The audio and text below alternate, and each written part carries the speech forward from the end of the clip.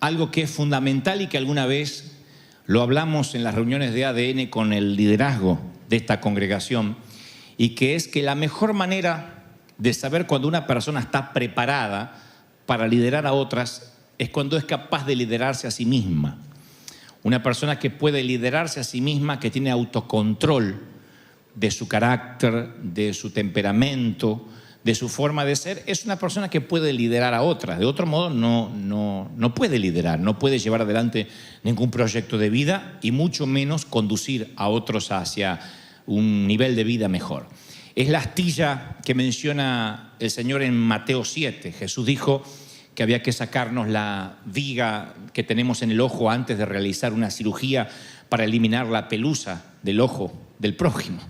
Es que es imposible que uno pueda ayudar a otros si primero no quita lo que le molesta personalmente. Pero la tendencia humana siempre es pensar de esa manera. A veces queremos establecer una institución para instruir a otros sobre la limpieza del hogar, y en casa tenemos los restos del huracán Andrew. En casa tenemos un caos, pero siempre queremos que el otro sea el que tenga la limpieza. Aconsejamos a otros sobre las incapacidades y a veces nos mantenemos ajenos a las nuestras, a las propias, a nuestros problemas, ¿no? El Señor lo dijo: ustedes, fariseos, le imponen cargas a las personas que ustedes mismos no pueden llevar, no pueden cargar. Y nosotros siempre hablamos de llevar a otras personas a Cristo, ¿no? Decimos, vamos a predicar, a llevar a personas que no conocen del Señor, a llevarlos a la cruz. Y ahí está la clave, preguntarnos si nos podemos llevar nosotros mismos a Cristo. Y no hablo de aceptar a Cristo por primera vez, que la mayoría lo ha hecho. Me refiero si tenemos la capacidad de volvernos a comprometer con el Señor cuando estamos alejados. Se trata de renovarse. La Biblia es una continua renovación, nos lleva a renovarnos todos los días. Isaías 53:6 dice: todos andábamos perdidos como ovejas, cada uno seguía su propio camino, pero el Señor hizo recaer sobre él la iniquidad de todos nosotros, sobre Cristo, la iniquidad o el pecado de todos nosotros. Entonces yo veo, antes de construir lo que quiero decirle, quiero darle esta suerte de introducción. Cada vez que el Señor nos compara con ovejas, y lo he mencionado en otra ocasión, siempre me pregunté por qué se le ocurrió al Señor compararnos con las criaturas esas peludas que pululan las colinas de Judea. ¿Por qué no nos compara con ovejeros alemanes, por ejemplo? Bueno, aquí los estoy entrenando como leones, eso hubiese estado bien, o como tigres, o como panteras. Pero ¿por qué el Señor nos compara con ovejas? No es muy halagador, porque las ovejas son frágiles, vulnerables, son un tanto torpes. Nadie diga amén, pero si nos compara con ovejas, somos propensos a accidentarnos, a perdernos, a descarriarnos. Pero nos compara con ovejas porque es el único animal que sí o sí necesita un pastor. No hay ovejas salvajes. No hay ovejas que anden por la pradera de manera salvaje y puedan sobrevivir. Después todo el resto de los animales tienen su versión del salvajismo. Tienen su versión no domesticada. Hasta un gato puede ser salvaje, un perro puede ser salvaje, pero no una oveja. Una oveja necesita un pastor. Por eso esa es la razón fundamental por la cual Él nos compara con ovejas, porque no podemos vivir solos estamos a la deriva, como un cometa sin cuerda, como una hoja en la tormenta. Y ahora, ¿por qué nos desviamos si somos ovejas? Bueno, yo tengo 3 causas comunes por las cuales nos desviamos y no nos renovamos, como les decía recién. Primero, no cuidamos como ovejas las fortalezas, o sea, lo que nos hace fuertes no lo solemos cuidar. Descuidar nuestras fortalezas puede convertirse a veces en nuestra mayor debilidad. Por ejemplo, una persona que tiene el don de la misericordia, el don de ayudar, si no lo cuida, puede sentir culpa por las cosas que no puede hacer, porque no puede ayudar a todo el mundo, y empieza a sentirse abrumado, y lo que fue al principio un regalo de Dios se transforma en una carga sin la ayuda de un pastor, sin la ayuda del Espíritu Santo. Tiene el deseo de ayudar, se ve impotente para ayudar y entonces vive preocupado, vive cargada o vive angustiado por todo lo que no puede hacer. Si Dios le da a alguien el don de sabiduría y esa es su fortaleza, sin la ayuda del pastor, como cualquier oveja, se puede llenar de orgullo, porque todo lo sabe, porque él conoce todas las respuestas o ella conoce todas las respuestas. Entonces es una oveja que sin la ayuda del pastor, el don de la sabiduría linda con el orgullo, con la pedantería, con la petulancia. ¿Estoy siendo claro lo que digo, sí o no? La segunda cosa que yo veo por la cual nos descarriamos, además de descuidar lo que Dios nos da, las fortalezas por alejarnos del pastor, es que cuando nos alejamos del pastor, perdemos la alegría, lo que yo llamo la alegría robada. David, cuando peca en el Salmo 51:12, él dice, entre otras cosas, devuélveme la alegría de la salvación y que un espíritu obediente me sostenga. No es casual lo que está diciendo el salmista. Yo quiero tener un espíritu obediente, pero necesito recuperar la alegría de la salvación. A veces el enemigo nos desvía del camino, nos quita del corral y al alejarnos del pastor nos quita la alegría.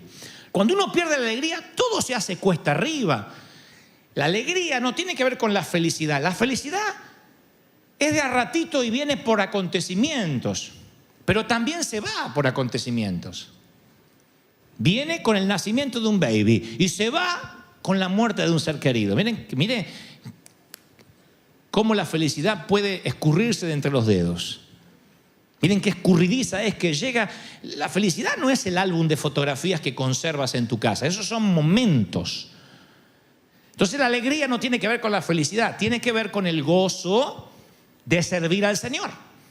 Decir, bueno, mira, no me fue bien en el matrimonio, no me fue bien con mis hijos, bueno, no tengo el trabajo que deseo, pero tengo la alegría, el privilegio que muchos no tienen, que los ángeles no pueden tener, de servir al Rey de Reyes, de servir al Señor de Señores. Eso me tiene que producir una alegría que compense la vida común o la vida rutinaria. Lo tercero es que al alejarnos de Dios o de nuestro pastor, no escuchamos su voz. Y la palabra dice en Juan 10:4, las ovejas lo siguen porque reconocen su voz. Mi pregunta esta mañana es, ¿reconoces la voz del pastor? Tú dices, es que no lo estoy escuchando. La pregunta no es si él está hablando, la pregunta es si estás escuchando.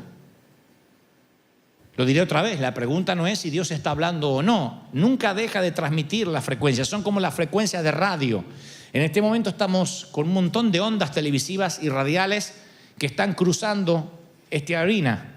Tú dices, pero yo no escucho ninguna radio. No, porque no estás sintonizando ninguna de esas frecuencias y dejas de oír su voz. Entonces yo puedo ver tres cosas en esto de alejarse del pastor y por qué nos descarriamos y no nos renovamos. Y voy a repasarla. La primera es la que le dije recién. Bueno, además de perder la alegría, no reconocemos su voz y, entre otras cosas, no cuidamos los talentos que Dios nos dio. Entonces un día estamos alejados. Ahora, ¿me están siguiendo, sí o no?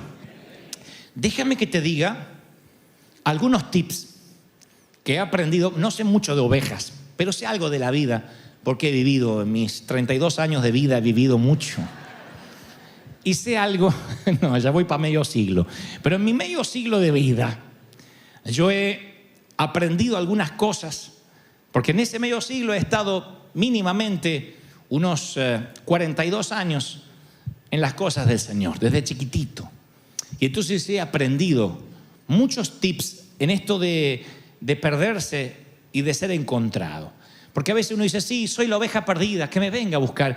Y el pastor es fiel para buscar, siempre. ¿Es fiel para buscar el Señor o no? Lo es. Pero ser encontrado requiere cierta cooperación de nuestra parte. Como les dije recién, envejecer es automático, madurar es opcional. Y para ser encontrado, la fe está vinculada siempre a la acción. Siempre que Dios nos busque, nosotros tenemos que querer ser encontrados. Yo acabo de darte 3 razones por las cuales quizás te sientas que no estás renovado. Este mensaje va para los que hoy dicen, ¿por qué me siento cansado en el alma? No hablo del cansancio físico que se recupera con 7 u 8 horas de sueño. Hablo del cansancio de la mente y el cansancio del espíritu y de la angustia del alma, esa que termina en un surmenage o en un estrés. Y nos volvemos unos amargados, unos torpes, unos petulantes. Por eso decía al inicio de este mensaje que la capacidad de liderar se ve cuando podemos autoliderarnos primero nosotros. Y seguiré diciéndole algunas cosas sobre esto de perderse y encontrarse. Si desviarte, si perder el gozo es un patrón constante, debes saber que el pastor utilizará la corrección. En la cultura de los pastores beduinos, si las ovejas se mantenían cerca de los pastores, los depredadores no podían atacar, porque están los pastores, le tienen miedo, sea el lobo, sea quien sea. Pero los depredadores son pacientes y esperan que las ovejas se desvíen. Así que cuando alguna oveja se desvía, el pastor deja las 99, como dice la parábola, a campo abierto, y va a buscar la desviada, la perdona, la ama, la carga sobre sus hombros y le dice: quédate aquí, porque si te vuelves a desviar del resto de las muchachas, puedes perder tu vida. Pero si el pastor ve que esa oveja es propensa a desviarse, que hace 5 años no cambia la oveja, 4 años y hay que hablarle de lo mismo y de lo mismo y de lo mismo y de lo mismo, y todo lo toma personal y todo lo toma que es para en contra de él o en contra de ella. Hay gente que no cambia nunca. Así va cambiando, se va volviendo más viejo, más vieja, se va volviendo más intransigente, se va volviendo más... Y hay gente que va cambiando para mejor y otros que van cambiando para peor. O evolucionamos o involucionamos. Entonces, cuando el pastor ve que la oveja se desvía 1 y 2 y 3, si hay un depredador astuto escondido entre los arbustos, dice: ahí tengo una. Esta en cualquier momento se desvía, deja de escuchar la voz del pastor, no cuida sus talentos, en algún momento pierde la alegría y se desvía. Acá la tengo. Y ya prepara el aderezo para ver qué le va a poner picantito, porque va a almorzar oveja. ¿Qué hace el pastor? Antes que se almuercen a una de sus ovejas, dice la palabra, y aparte lo dicen los pastores beduinos, ante esta tendencia fatal que tiene la oveja, va y le dice: esta ya no se desvía una vez, se desvía 2, 3, 4, 5, es un deporte para ella. Entonces la agarra y hace ¡trac! Y le quiebra la pata.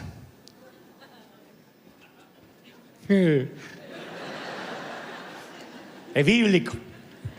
Nada más que te la tengo que quebrar así porque no puedo con el brazo, pero de alguna forma te la quiebro, dice la palabra. ¡Pac! Le quiebra la pata, le rompe la pata, comienza una lucha. El pastor metódicamente va a entablillar la pata rota, la envuelve en gasa y vuelve al rebaño cargando a la descarriada oveja sobre sus hombros. Esto lo dicen, cuando estuvimos en Israel nos contaban los guías. Así se sigue haciendo con las ovejas rebeldes. Pues yo le pregunté: ¿qué tal eso de la parábola que le quiebra la pata? No, es verdad, es la disciplina que tiene que usar el pastor con las ovejas. Le digo: pero es un castigo. No, dice, es que al quebrarle la pata a una oveja y después la sana, porque el pastor no la deja hasta que la curación se complete, cuando la ovejita puede sostener su propio peso, en el proceso de sanación se produce una transformación en la mente de la oveja. La vieja tendencia, me desvío, va cambiando. Y si me desvío, me rompen otra pata. Su tendencia cambia y su tendencia es a mantenerse cerca del pastor. Después es la oveja que camina acá, íntimamente, es la más íntima. Es la que nunca más se despega del pastor. Ustedes dirán: es la que debería, ¿qué te pasa, loco? A ver si me la quebras de vuelta. No, se pega. Porque la oveja logra entender que le quebraron la pata a causa del amor, para que un depredador no se la almuerce. Lo entiende, una oveja, un animal, un cuadrúpedo lo entiende, un cuadrúpedo lo entiende. Ahora, en el momento de la lesión, estoy seguro que la oveja pensó algo distinto. En el momento que te están quebrando la pata, no está diciendo: ay, pastor, quiébremela. No está diciendo eso, se enoja, maldice, pero ahora menos se puede alejar del pastor porque es el único que la puede curar. Eso es lo que dice el Señor que hace. La fe es vivir anticipadamente lo que entenderemos después. La corrección es sinónimo de protección. Entonces, a veces, algunos de nosotros, Dios nos tiene que hacer ¡trac! Y decimos: pero ¿por qué tuve que perder el empleo? ¿Por qué? ¿Por qué me pasó esto en el matrimonio? ¿Por qué me pasa esto con mis hijos? Y si miramos hacia atrás de manera autocrítica, vamos a descubrir que tenemos una tendencia a perder el gozo de servir, a dejar de oír su voz, a no cuidar los talentos que Dios nos dio. Entonces ya no somos la oveja que cada 10 años se descarría un poquito, sino que vive descarriada y cada 10 años se acerca un poquito. Cuando la tendencia es a la inversa de como debería ser, el pastor que te ama tanto te quiebra la patita, te trae en los hombros y por la montaña a buscarla fue, la encontró de novio con un inconverso, le quebró la pata, la trajo de vuelta y al redil volvió. Creo que cuando el Señor ve que hay una tendencia, ¡trac!, nos quiebra y nos trae de vuelta y nos pegamos íntimamente a Él. Lo segundo que yo descubrí, e insisto, no porque conozco de ovejas, sino porque conozco de caminar con el Señor algo, es que el camino que transitamos es nuestro destino. Si una oveja se desvía y se desvía y se desvía, tarde o temprano va a llegar a Egipto y no a Israel. Si te estás desviando y todo el tiempo estás perdiendo el gozo, no te van a recordar como un buen padre. Te van a recordar como un padre que quiso tomar el camino correcto, pero que se equivocó. Supongamos que hay una mujer soltera que dice: yo quiero enamorarme de alguien que realmente vaya en la dirección correcta, quiero enamorarme de alguien que me comprenda, de alguien a quien ame. Esa es su intención, pero luego en el camino se mete con el primero que se le cruza solo para no sentirse sola, y entonces ella descubrirá que Egipto está apenas bajando la calle. Un día se encuentra desviada, perdió la manada y no sabe cómo llegó hasta ahí. O supongamos que un esposo dice: yo quiero que mis hijos me respeten cuando crezcan, pero sus hijos ven que él pierde la paciencia con frecuencia y siempre anda con sujeta la va a quedar así cuando la agarre, dijo la mujer. Sus hijos dicen: papá intenta, pero Asiria está a la vuelta de la esquina. Supongamos que un joven cristiano dice: yo realmente deseo desarrollar una intimidad profunda y duradera con Dios, pero todos los días se levanta tarde, mira su Facebook, sus redes sociales y vive atado al celular. Mi querido, por más que quieras tener una relación con Dios, Egipto es la próxima salida del freeway. Los recién casados deberían tener una seguridad económica a la edad de sus padres. Sin embargo, no planifican nada, compran todo lo que ven, se meten en créditos, en abusos de tarjetas de crédito justamente. Y yo les diría: espero que hayas empacado bien para las tormentas de arena que te van a tocar en Egipto y Asiria, porque te estás desviando. Entonces, cuando veo una oveja que tiene una tendencia para desviarse a Egipto y a Siria, lo más probable es que el Señor tenga que corregirte con la pata quebrada y traerte de vuelta. ¿Qué trato de decir? Que a lo mejor esto que te está pasando no es una causal de que el enemigo metió la cola necesariamente, sino que Dios te corrigió porque te ama demasiado. Muchos están trabados en sus estatus sociales. Me consta, el Espíritu Santo me ha dicho: no ores porque no va a tener los papeles. Porque en cuanto tenga los papeles lo perdés de la iglesia, lo pierdo del rebaño. Otros necesitan cargar con un cuerpo frágil, porque si su cuerpo fuera fuerte, le darían la espalda de manera inmediata a Dios. Pablo pide 3 veces ser librado de una debilidad. Aunque hay teólogos que dicen que eran problemas quizás en la vista, miopía, que era rengo, él no habla de un problema físico, habla de debilidad.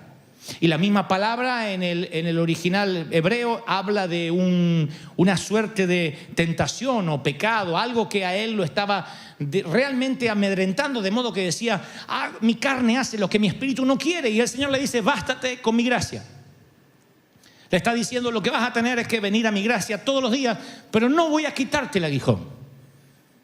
Porque esa perniquebrada, esa pata quebrada es lo que te mantiene dependiente de mí, Pablo. Si yo te sano la pata, te me pierdes. Has conocido el tercer cielo, has tenido revelaciones que ningún hombre jamás tuvo. Aunque te consideras el menor de los discípulos, fuiste el único al que yo le prediqué personalmente luego de estar resucitado. Podrías andar por la vida diciendo: a mí ningún hombre me pudo predicar. Cristo me tuvo que predicar camino a Damasco. Un hombre que manejaba ciudadanías dobles, que era multicultural, cosmopolita, que tenía su profesión, que se autoabastecía a sí mismo, letrado, que podía debatir con griegos, con los grandes cerebros de la época, con el Simi Valley de la época, que era Grecia. Era un hombre que necesitaba tener una pata quebrada. De otro modo, no sería el gran Pablo que conocemos y quizá hubiese seguido el camino de Judas o quizá otro.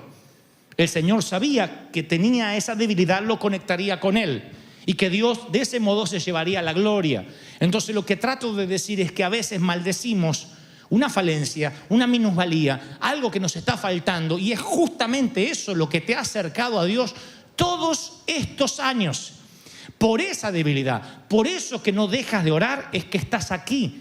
Dios nos conoce. Tú dices, no, si Dios me da la seguridad de que esto se me va a ir, yo le voy a servir. Tu abuela, ¿sabes la gente que yo conozco?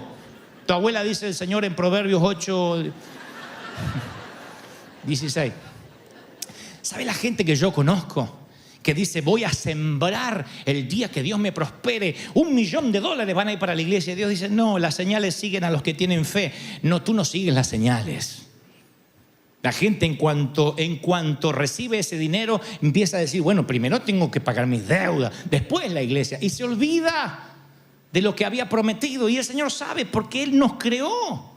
Él sabe que nosotros inmediatamente tendemos la tendencia a alejarnos del Hijo. Mira, voy a contarles esta maravillosa historia en los últimos 2 minutos.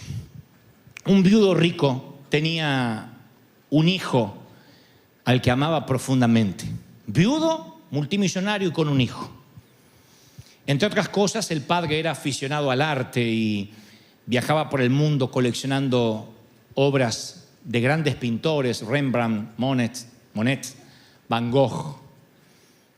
El hombre compraba las pinturas y las exhibía en su propia mansión. Así que cada vez que volvía de un viaje, ponía en su propiedad aquellas atesoradas pinturas. Los años pasaron y el muchacho creció, el hijo creció. La nación estaba en guerra y el hijo se alistó para defender su país. Y después de unos meses de combate, el padre recibió un telegrama que le informaba tristemente que su hijo había muerto en acción, había muerto en combate. Con eso al padre le llegó el desánimo y el duelo. Y varios inviernos pasaron y con el dolor el padre no lograba sobreponerse, no lograba elaborar su duelo de perder a su único hijo, su única sangre. Una Navidad, porque la historia es real, una Navidad, un soldado se presenta a su puerta, era jovencito, y le dijo, Señor, dijo el joven, yo estaba en el mismo pelotón de su hijo durante la guerra, nos hicimos muy amigos y a menudo él me hablaba acerca del amor que usted tenía por el arte. Yo no soy un buen artista, pero una noche yo en un descanso dibujé el retrato de su hijo. No es mucho, no es un Rembrandt, no es un Monet, pero pensé que le gustaría tenerlo, es el retrato de su hijo. Y el dibujo se asemejaba notablemente a lo que era su hijo. Así que le cayeron lágrimas a los ojos del padre y aquella pieza de arte se convirtió en la más preciada para el hombre. Lo colgó sobre la chimenea y cada día la miraba y le hablaba al hijo. Pasaron algunos años y el padre murió y coleccionistas de todo el país vinieron, volaron de todas partes del mundo para comprar las obras de arte que iban a ser subastadas. Nunca tantas obras de arte habían estado bajo un mismo techo. Así que posibles compradores millonarios colmaron la sala esperando ofertar por un Rembrandt o por un Monet. Pero para sorpresa de todos, la subasta no comenzó como había esperado, sino con una pieza, con un cuadro que no estaba en la lista, el dibujo hecho por el joven soldado. El subastador dijo, la subasta va a comenzar con el dibujo que hizo el soldado. Y para sorpresa de todos, que se enojaron, estaban desconcertados, los podías oír impacientes, enojados, diciendo, no viajamos de tan lejos para comprar el dibujo de un novato. Por favor, salgamos de esta subasta ya. Y el subastador dijo, comienza la subasta con la foto, con el dibujo del soldado. $100. Aparte, es una subasta de millones. Empezar una subasta con $100 es una locura. Nadie ofertó. El subastador sigue diciendo, vamos, $100 es la oferta inicial. Nadie ofertaba porque era un insulto llevarse el dibujo de un novato, que además lo había hecho en el frente de batalla y no tenía ni título, ni nombre, ni nada. Así que decían todos, pasemos a los cuadros importantes. Y el subastador decía, no, primero es este cuadro, $100, ¿quién oferta? Y lentamente, de atrás, un anciano levanta la mano y dice, bueno, yo no tengo mucho dinero, pero sí fui vecino de esta familia, de este hombre por muchos años. Conocí a la esposa antes de morir, conocí al hijo. Así que yo voy a comprar el dibujo. No tengo mucho dinero, pero puedo juntar ahora los $100. El subastador dijo, bueno, la oferta es de 100. ¿Alguien oferta 150? Y nadie ofertó. Entonces dijo, subastado por $100. Y le entrega el cuadro que estaba sobre la chimenea al anciano, que era vecino. Ahora los coleccionistas dijeron, muy bien, ahora podemos seguir adelante con la subasta. Y el subastador dijo, no, la subasta se termina aquí. Y dijeron, ¿por qué esa subasta está terminada? Es imposible.